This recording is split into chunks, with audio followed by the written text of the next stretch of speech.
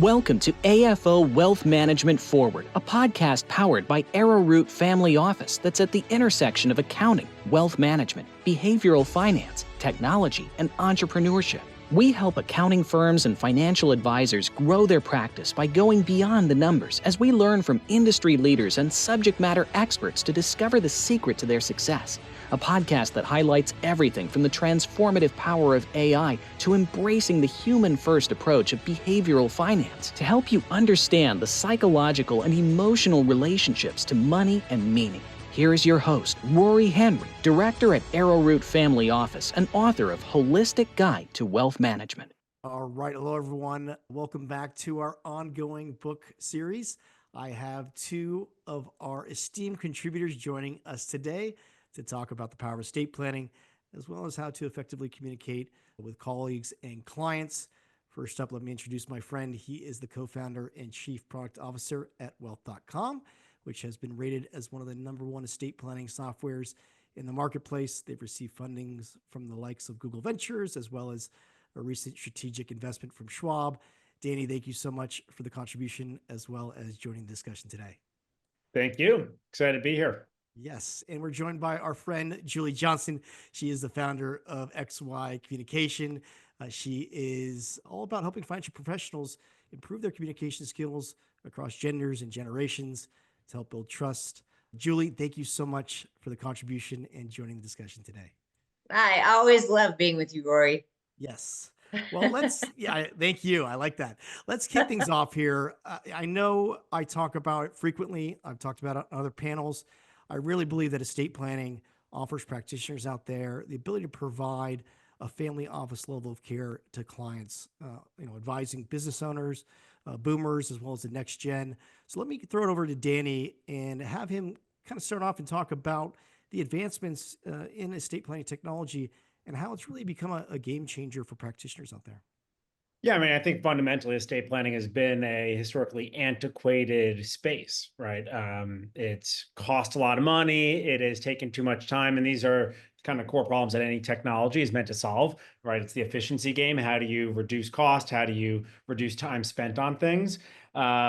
Technology in the estate planning space is no different, where you have clients that are across the net worth spectrum. You have your ultra high net worth clients, you have your mass affluent clients, and you have the folks that are in between, and they have different needs. Fundamentally, they have different needs when it comes to estate planning, because the mass affluent folks, they don't really have a federally taxable estate necessarily. Right. So maybe they're not trying to optimize for taxes, whereas the ultra high net worth clients are, but still there's a need for really good, solid estate planning guidance, and the advisor and the CPA plays a fundamental role, just like the trust and estate attorney may play a fundamental role. So how can you drive scale and efficiency wherever their needs may lie? If it's an ultra high net worth client that's trying to optimize for taxes, or if it's just a mass affluent client that needs to get set up with a dang trust and doesn't want to spend $5,000 to do so.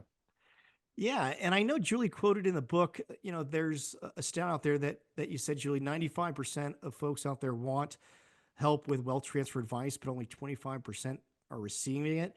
I know advisors, both on the CPA side and the financial advisor side, we're trained in technical skills, but we're not so much trained in having those difficult conversations. So you talk about how we can have those conversations and better connect with clients?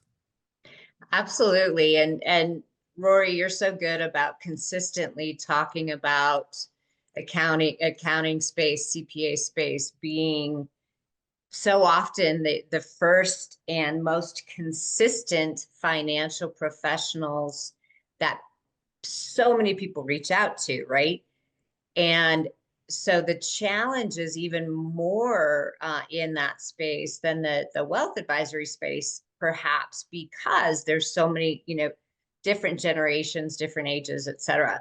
My point in that is it's so important to make sure that we as financial professionals are thinking through these conversations from the perspective of the client, right? And that means taking into account to some degree their age, taking into account to some degree their gender, because they have different perceptions, different perspectives, different desires for communication, et cetera. So by taking into account those perspectives and learning what does that then mean for those age groups and those different genders, what do they want from us that's different? It's just going to open up the gates to that communication, the trust, the engagement, everything. Yeah, And can dig into that as much as you want me to. Yeah. Well, speaking about that engagement, maybe I want to have Danny talk about a little bit about the deliverables, because I know for many folks out there, they may, just hearing about this, may think estate planning, is something that's intimidating, the legal jargon, right? Or how do I communicate, like Julie was talking about, with clients?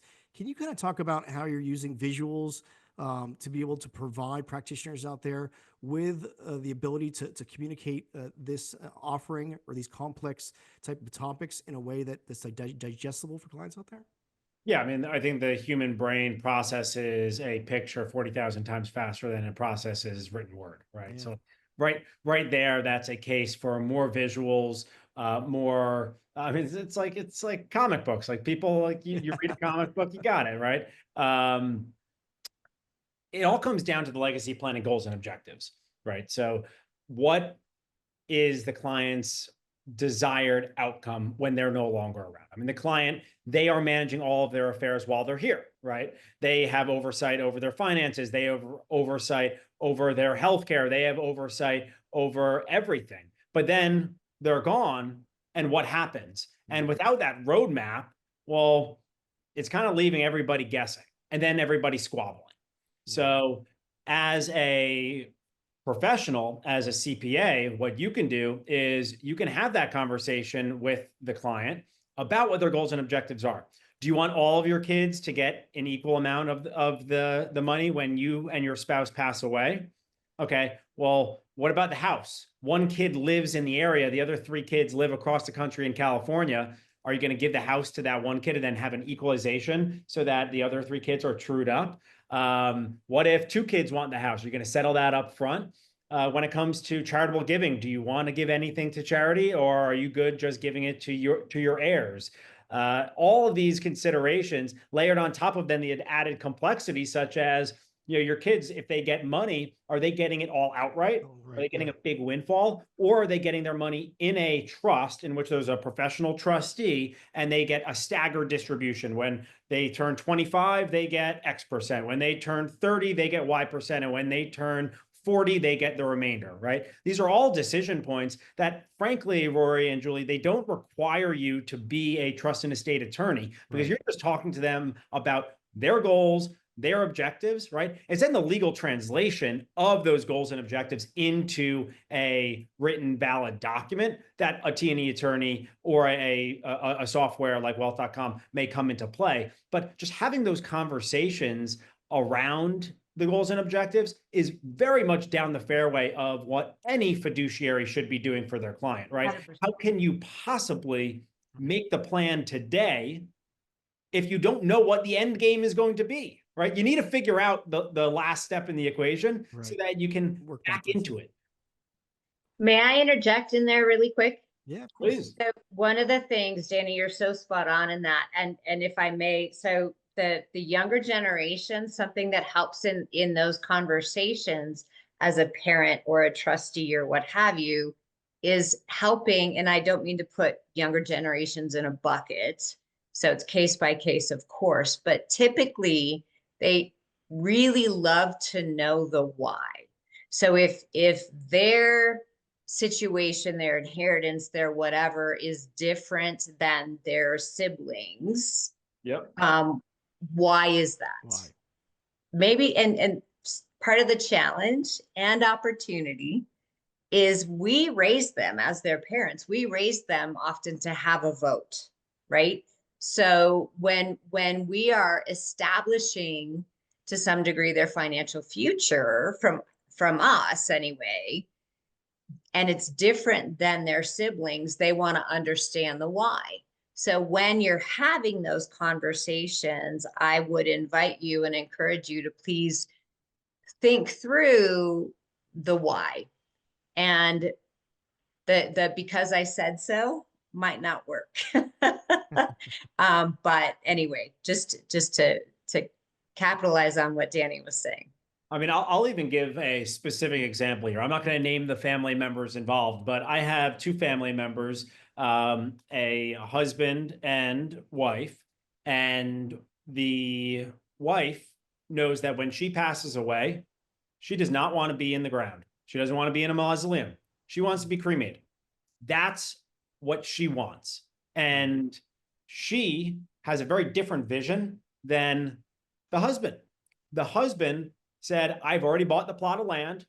I've got both of us right next to each other, and we're going to be buried together. But he doesn't necessarily have a say over that if she has defined it within her healthcare directive, right? If she has defined, these are my wishes in the healthcare directive, it's signed, it's validated, and she explains the why, then everybody else within the family can kind of gather around that and say, no, she put her choices down. We could see it. She signed it. A public notary stamped it as well. And she explained to us why she wants it. Like, look, we understand that you also want things and you also have your perspective, but this seems pretty cut and dry, right? Yeah. So it's defining all that stuff ahead of time and explaining to everybody so everyone can wrap around and understand your rationale. I think in respect to what Danny's saying, and Rory, I'm sorry. It's okay. So many parents and or grandparents and or trustees that I've worked with sometimes are hesitant to get too much into the details with children or grandchildren. And my encouragement is always to be as transparent as possible. Different for different families, different, situations, of course. But if the ability to be as transparent as Danny is saying and have the conversation ahead of time, as maybe uncomfortable as it may be, highly encourage it. Yeah, I mean, you don't need to get into like the actual numbers if you don't want to. You can just say, look, because you live in Long Island and we live in Long Island, we're going to give you the home, but the other 3 kids are going to be trued up essentially from the various investment accounts. And so you're not going to get those assets, okay? And explaining to that without going into the details of here's how much the home is valued and here's how much we have in the investment accounts, like it still does a world of positivity when it comes to shove and when the rubber is hitting the road when you pass away.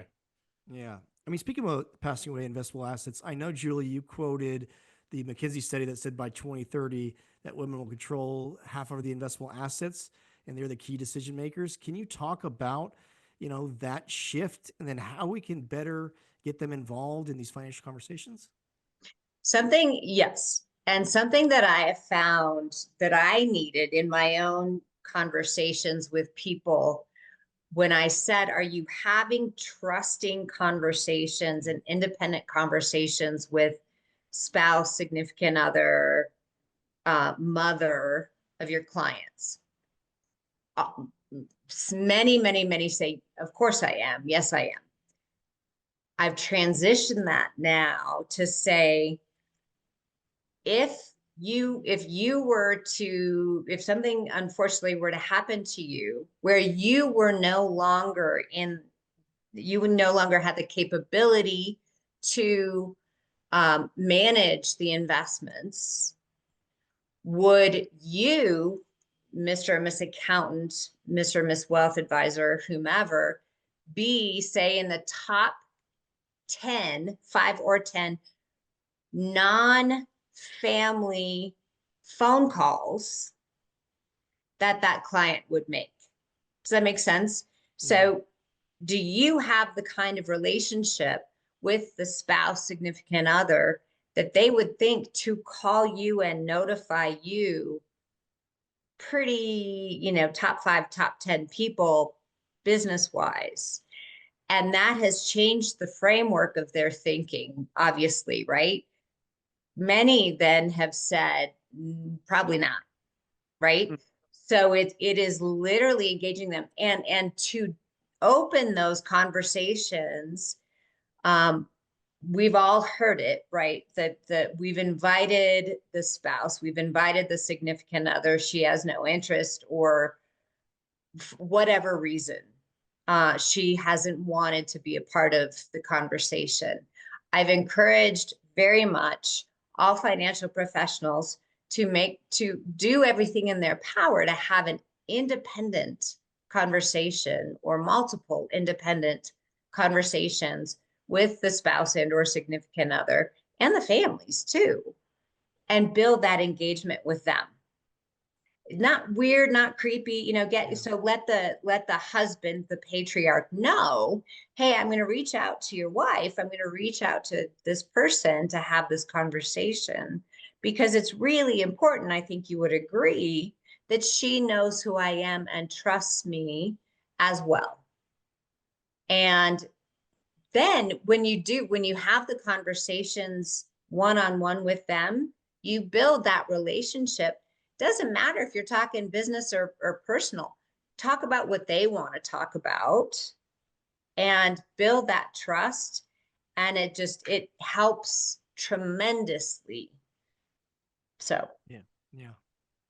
Well, I mean, shifting topics a little bit here, because I want to get in some blocking and tackling or get some insight from Danny on, how long this is taking, if you have any data with regard to that. And then, when should we be updating these things? I know probably anticipated tax law changes, obviously the updated bills coming out, life events. Can you talk about maybe some blocking, tackling here? How long is this taking? And then, when we should be updating these things? Yeah, just one point that I want to follow up on from what Julie said, and then I'll hit on that, Rory, is I think the stat is 63 to 65%. So roughly 2/3 of the time, the wife is the surviving spouse, right? So the husband passes away first, 2/3 of the time. The average and life expectancy of that surviving spouse, of the wife, okay, is 12 and a half years. Wow. 12 and a half years. That's different than if the husband is the surviving spouse, that it's much lower, but 12 and a half, because of the heartbreak, of course.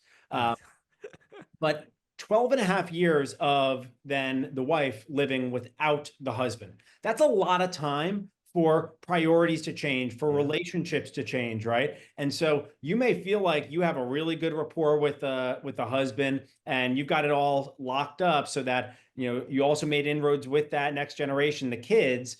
But the money's going to go to the surviving spouse. And if that surviving spouse is, let's say, the wife in this instance, then you got 12 and a half years where if you're not that top 5, top 10, as Julie mentioned, people to call, like, you're not going to be the person that ultimately is managing the money for the family in the long run, because that inroads to the next generation is going to slowly get blocked with snow, so to speak. So I just want to kind of hammer that point home with some statistics that when we talk about the great wealth transfer, that's one of the hidden problems, I think, with a lot of people's approach. A lot of people, they just jump right to next gen and they don't jump to the surviving spouse, even though that's that's probably the most important thing that you can do.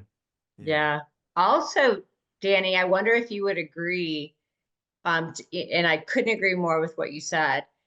The surviving spouse is often the gateway to the kids. Right? If mom's happy, or, I don't mean to be, gender biased there or what have you.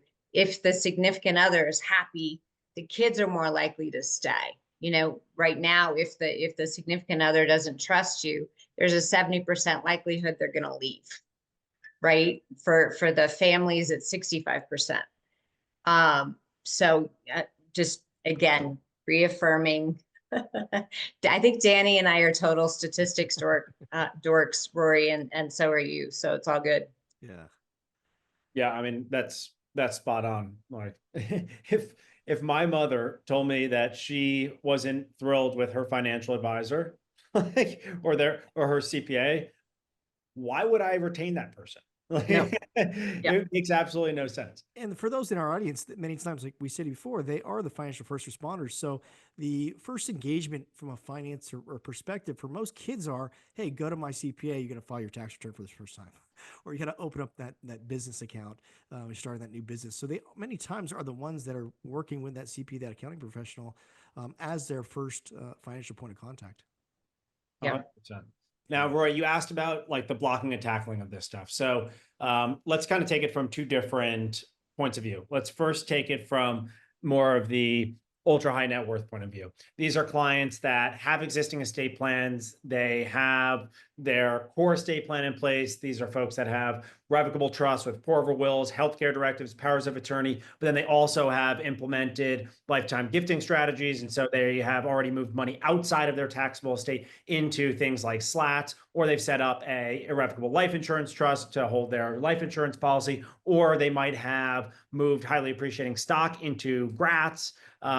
These are all part of the same plan. And so that's a very complex plan that you're trying to explain to this client how it all works. They know that they paid $50,000 for an estate plan, but they don't know what the heck is in it. And so they don't even know what the roadmap looks like. They don't know where money's flowing from and to. Yeah, it's in the binder in the desk in office. Collecting dust. Yeah. And think about it from the CPA's point of view. The CPA has to actually be on top of like, who's the grantor? Is the grantor paying the income taxes? Is it a grantor trust, a non-grantor trust, right? That's all really, really important. You need to make sure that you're on top of all of the annuity payments. If it's a GRAT, like all the annuity payments are being paid on time.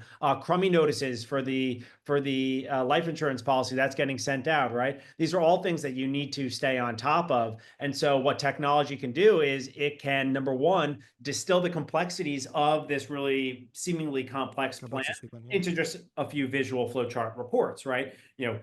5, 6 slides that show here's how all these different trusts combine to benefit the ultimate legacy planning goals and objectives, right? Who's receiving what?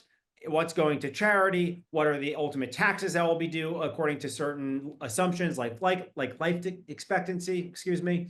That's what you can distill in just a few seconds with technology. But what you can also do is you can stay on top of all of these administrative elements, and so you can use technology to identify these various dates and these various requirements, and then automate the keeping up of it using not even just AI. Like this is just like code-based stuff, but AI, obviously, if it's agentic, it can actually then reach out to you and be more proactive rather than you as the CPA needing to,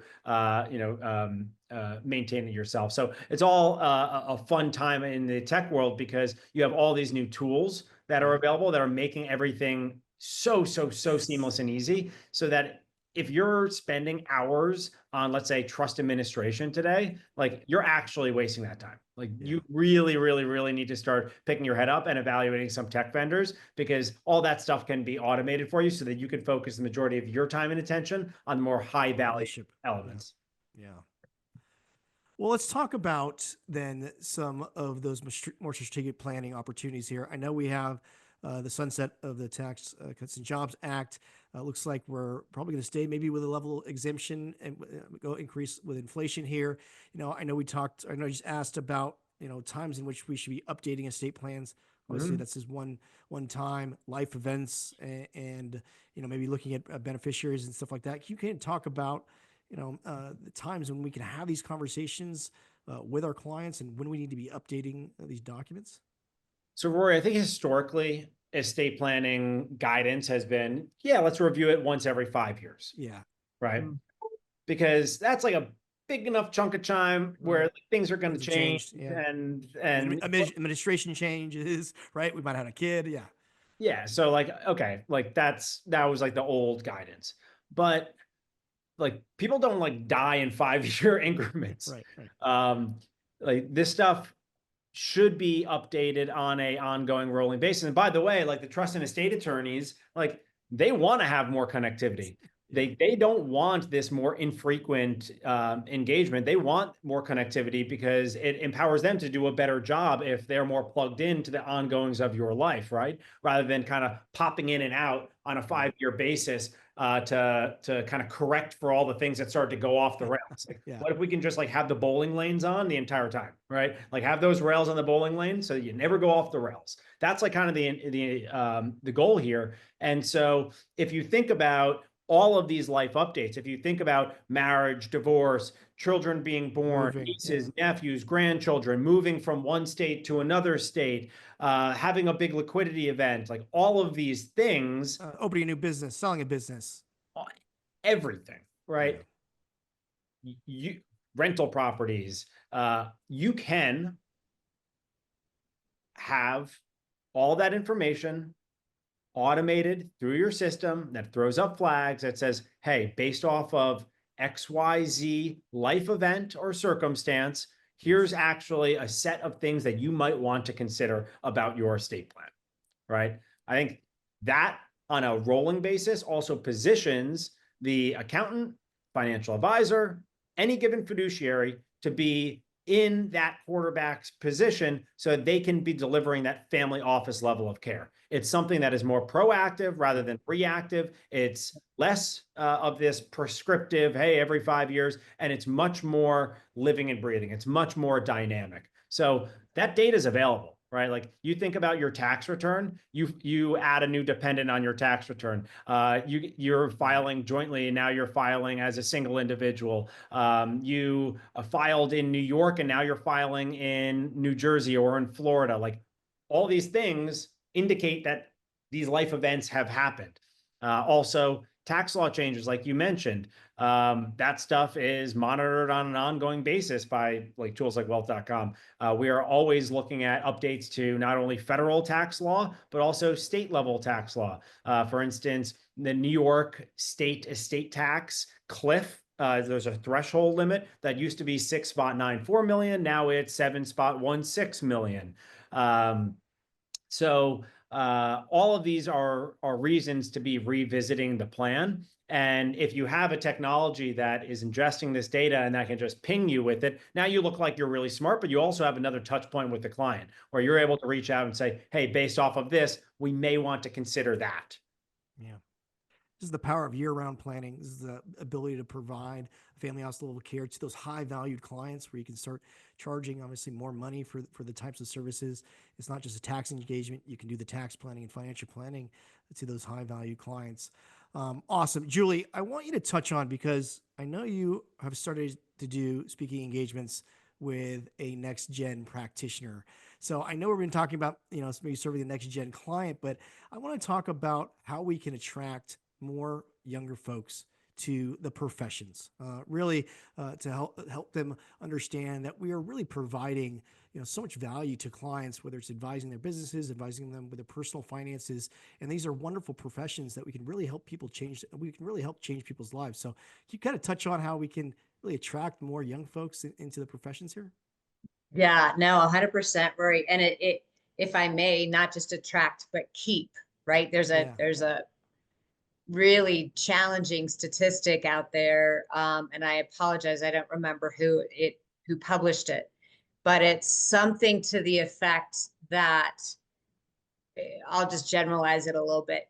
So many younger people who come into the financial profession, whether it be wealth advisory, accounting, what have you, leave within 3 to 5 years, a huge percentage.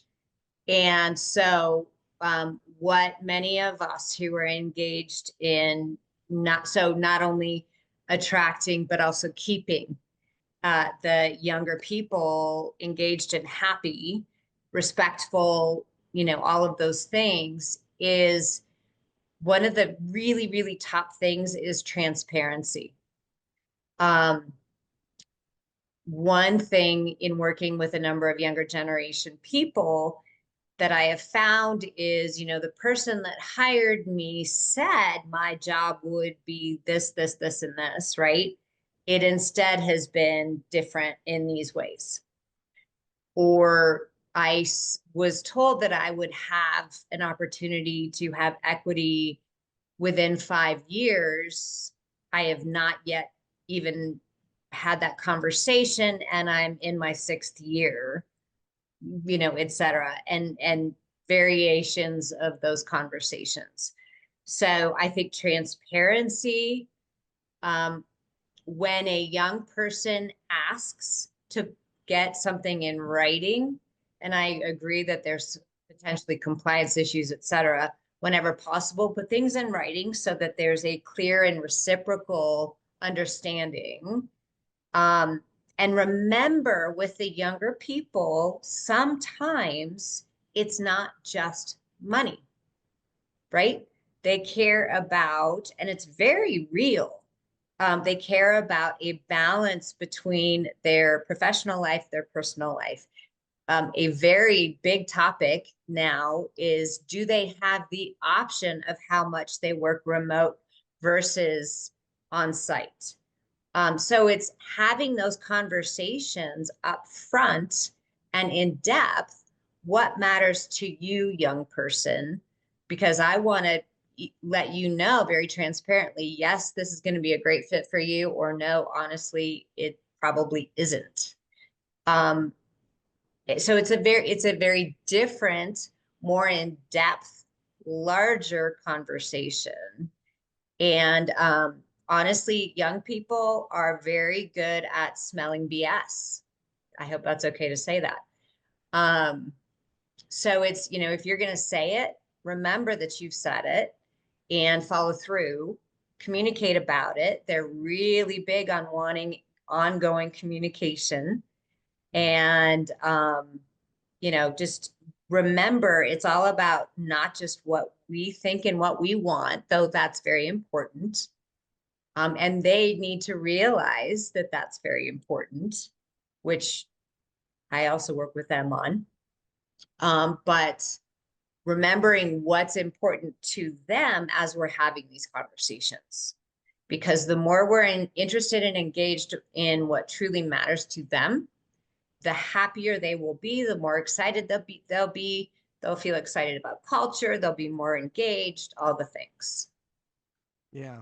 I think for the accounting profession, those audience that I've talked to quite frequently, it's many times it's a business model issue where maybe they, are working at a firm that has a lot of tax returns, do time-based billing. But as I argue throughout the book and through the many contributors that joined you folks, having a business model that really provides for the many business and personal financial needs of the client. Look, estate planning takes into consideration a business. There's exit planning. I always say exit planning and estate planning, you're working backwards from the end in mind. So if you are able to provide for the many personal and business needs of that client, you can generate more revenue for your firm, have higher profitability, in turn attract young talent into your firm there. Danny, do you have any thoughts on this?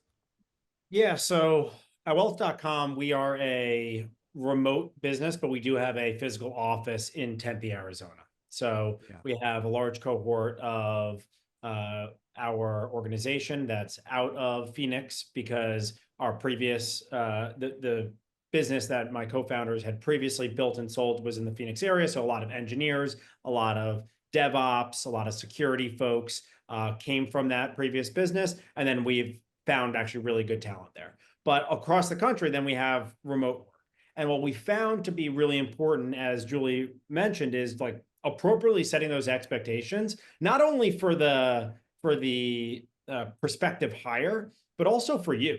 Like, if your expectation is that somebody is going to be working in office, and you give them the kind of leeway to work remotely every now and then because you wanted to get them in the door because they're a really good talent and you just want to get that hire in, well, then when they're not coming into the office, like, don't hold it against them. Like, pick and choose, like, based off of what you feel to be right for your business, but then like stick to that, because you could, of course, have that trade-off in front of you where there is a really, really talented individual, and then let's call them an A player. And then there's a B plus player, but that B plus player just fits your culture, fits what you're trying to do a lot better. Well, in the long run, that's probably going to be the right match, because you can get that B plus player to be an A player with the right environment around them, as opposed to you're going to turn that A player, if you put them in the wrong environment, into a B player.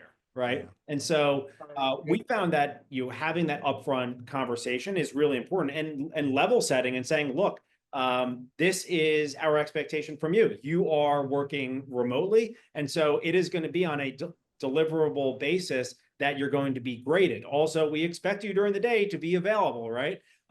You could be available from France. You could be available from wherever. We're mainly a US based company, but you could be on vacation.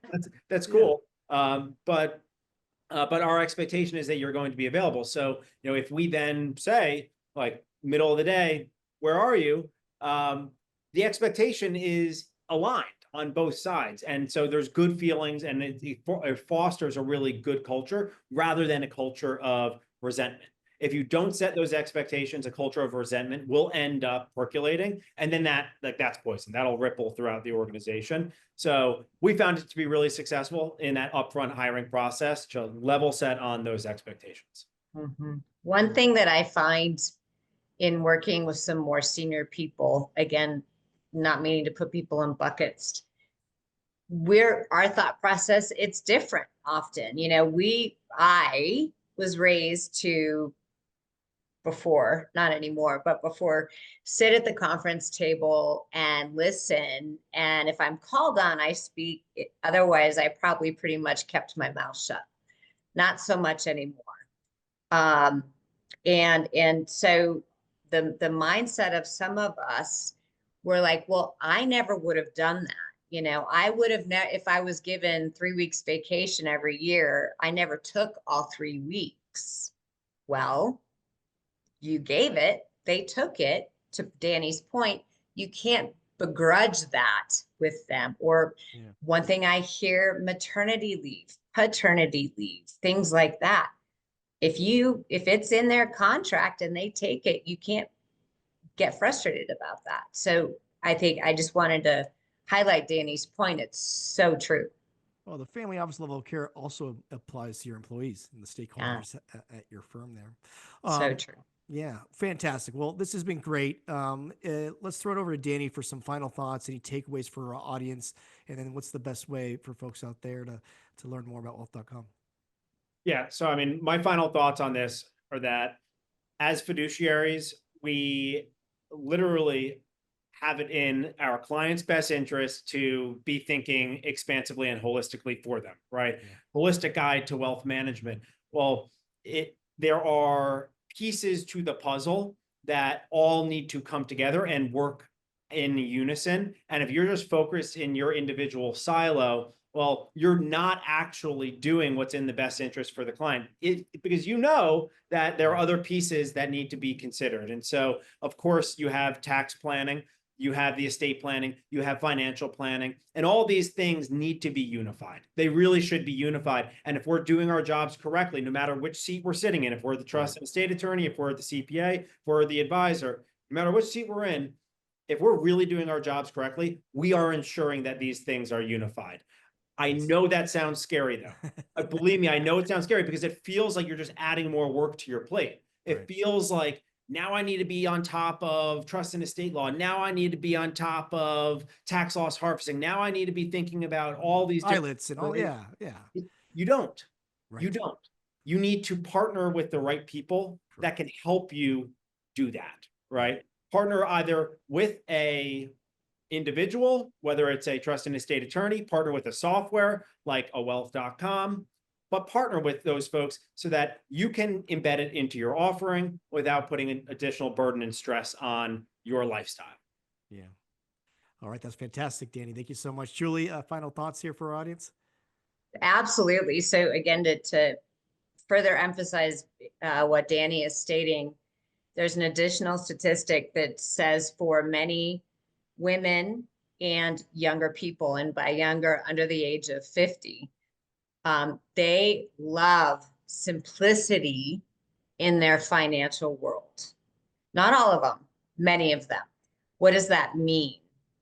Doing exactly what Danny and Rory talk about all the time.